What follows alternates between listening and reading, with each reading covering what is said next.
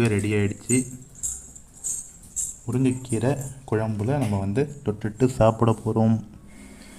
என்ன கொதிக்குது இது.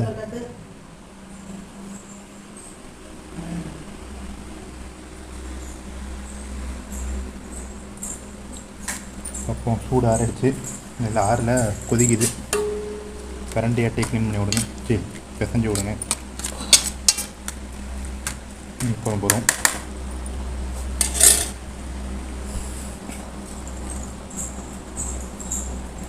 கோவக்காய் பொரியலை தொட்டுக்கொண்டு